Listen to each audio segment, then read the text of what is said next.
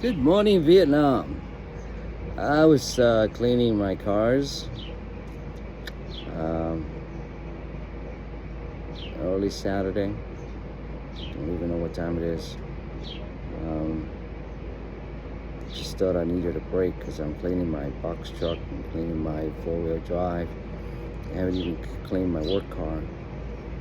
And I have to move by the end of the month.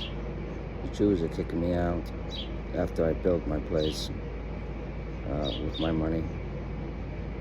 Uh, Notice I rather look like a Jew. I'm sorry, correction.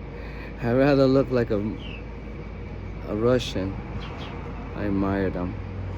I really admired Putin, what he's doing. It takes brass balls to do what he's doing.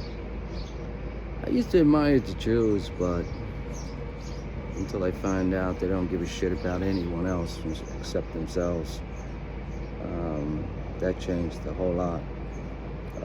I can see why that Hitler. I haven't researched who was Hitler before he went nuts. Well, I'm sorry, correction. Before the Jews made him get nuts, even the gays got the short end of the stick as well, because anyone that wasn't pure, based on Hitler's status, was like, you gotta go. So this is what we're actually facing now. We need a civil war, and we need it bad, okay?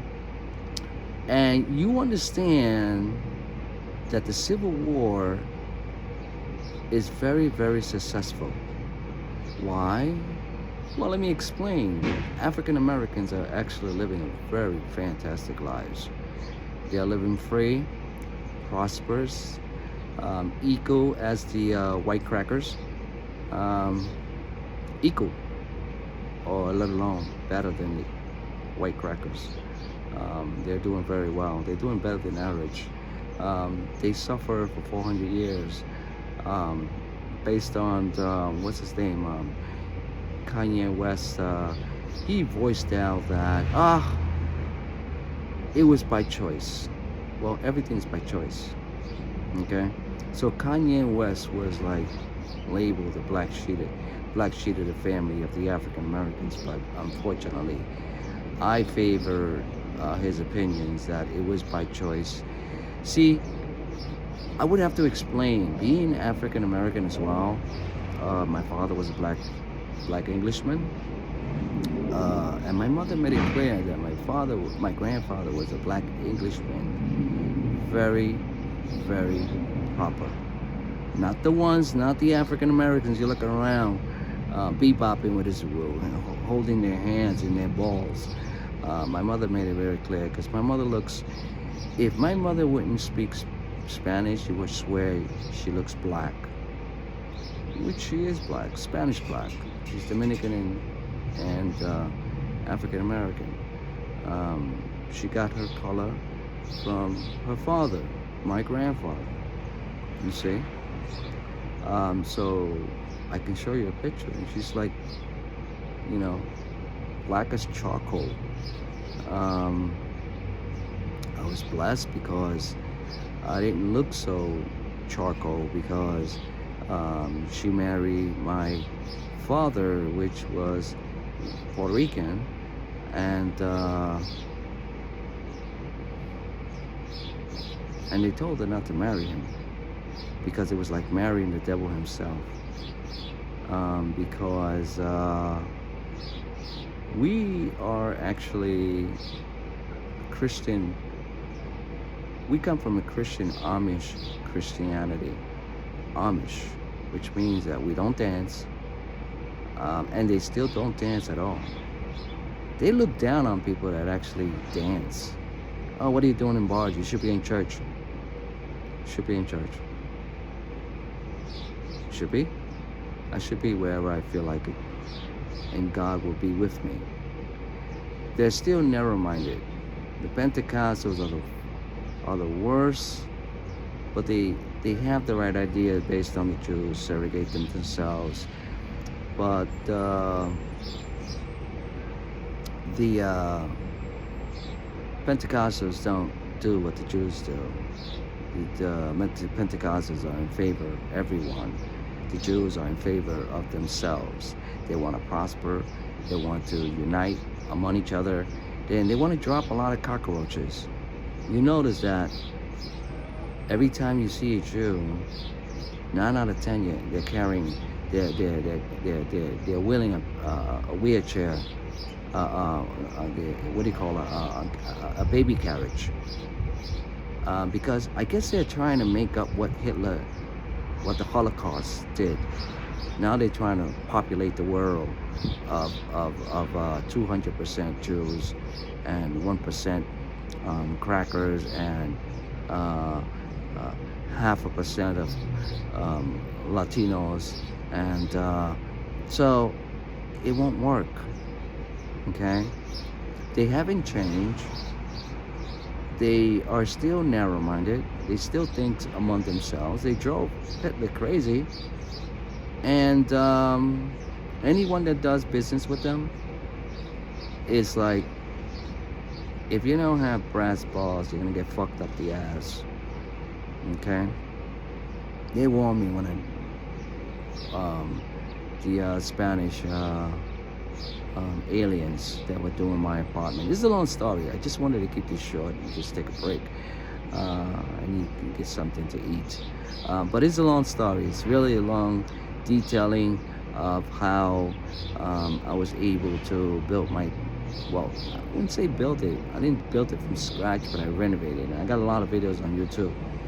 If you go to Mark Flores, you'll be able to see a shitload of videos of how I built my place. Why? It's because I wanted to learn. I knew that I had to write it on my taxes as practice. However, I got a $400 discount every month, and from a Jew, surprisingly, right? He's still kicking me out, but you know what? I've been living and getting a family discount for over like 10 years, nearly 10 years. Okay. There are some Jews that are actually the best of the best. And that's just 1%. The rest of them, they're narrow-minded.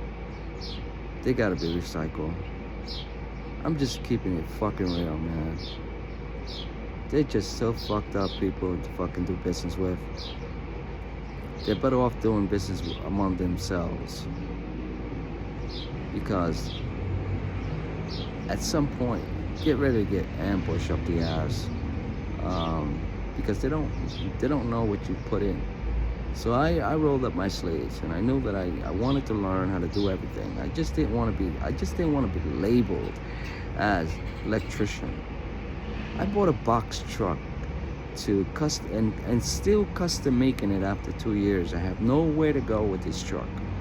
I haven't even had any deliveries. No family has asked me to unload your truck so you can actually do a moving job. Paying insurance for 2 years, just to customize it. In other words, if you build it, they will come. So I'm customizing a home improvement business. I don't like the sand. That is the worst of being a carpenter. Sanding will be labeled for Mexicans. And when I say Mexicans, because they don't complain about anything. They just want to make some money. So as long as a Mexican knows how to speak English, proper English, I'll hire him. But if he's the type that can't understand English and will come up and say, hey, you know what, he's Speedy Gonzalez, and he's like, hey boss, I'm finished. Yeah, all right, you're finished. Good for you. Now do the fucking shit all over again on your own time, okay? Because it looks like shit. So it's not about speed. It's about quality, okay? I am considered a perfectionist.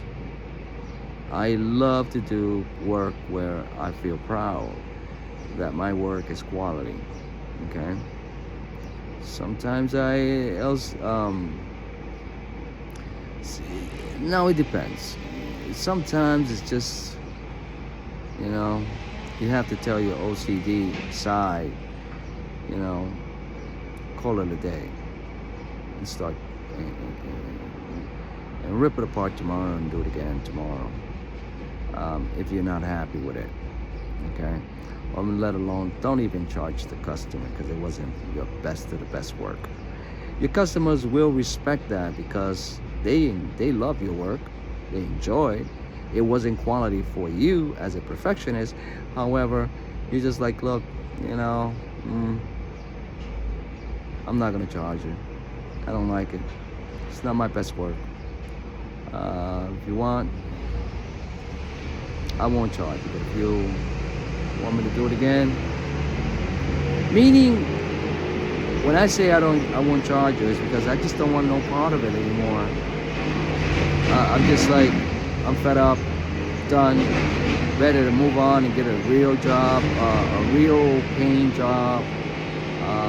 Sometimes it's just like when you're a perfectionist, you really got to go through the milks and crannies, and before you can reflect on your work, you got to start doing other stuff. Just because you open up a can of worms, pretty much, and you have to go the extra mile, and sometimes the customers don't want to pay. They're like, look, I gotta go far and beyond. Are you willing to pay for it?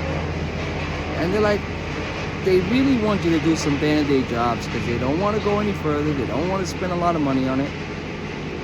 And that's when you have to say, you know what, I won't charge you. I quit. You know? Because being a perfectionist is that it'll bother me because now you're responsible if there's a fire.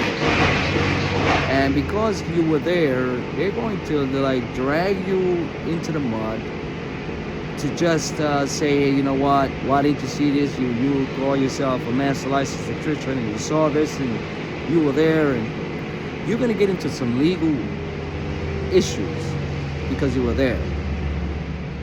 So I'm not looking for sorry ass cheap customers. I'm looking for quality customers that are happy to pay me for my day.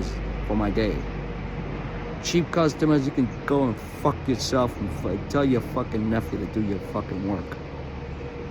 Okay? And you just pay him a meal. But don't call me if you want me to actually do band-aid jobs, because that's not me. I'm not wired that way. Okay? I either do quality or you hire somebody else. That's just the bottom line. I am not there. So if I'm walking around and I see that there's some issues that needs to be addressed and you don't want to do it, fuck off. I'm going on to the next job. Okay? Being responsible is to make sure that if you point out something and the customers are too cheap to fix it or address it or put it on the schedule, you don't need them. They become a liability. Your integrity will go down the drain as offering quality work, because there's some cheap ass bastards that don't want to pay to do the extra things that you noted. Not that, not to change the status quo. It's just that if you see other things that need to be addressed and you were there, okay? You either write it on the receipt to cover your ass that, hey, you know what, this needs to be worked on.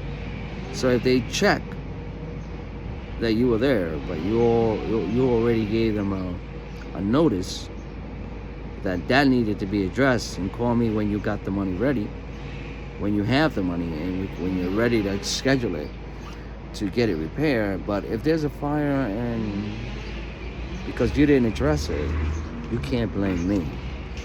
I made a note of it. I made it clear that you need to address this.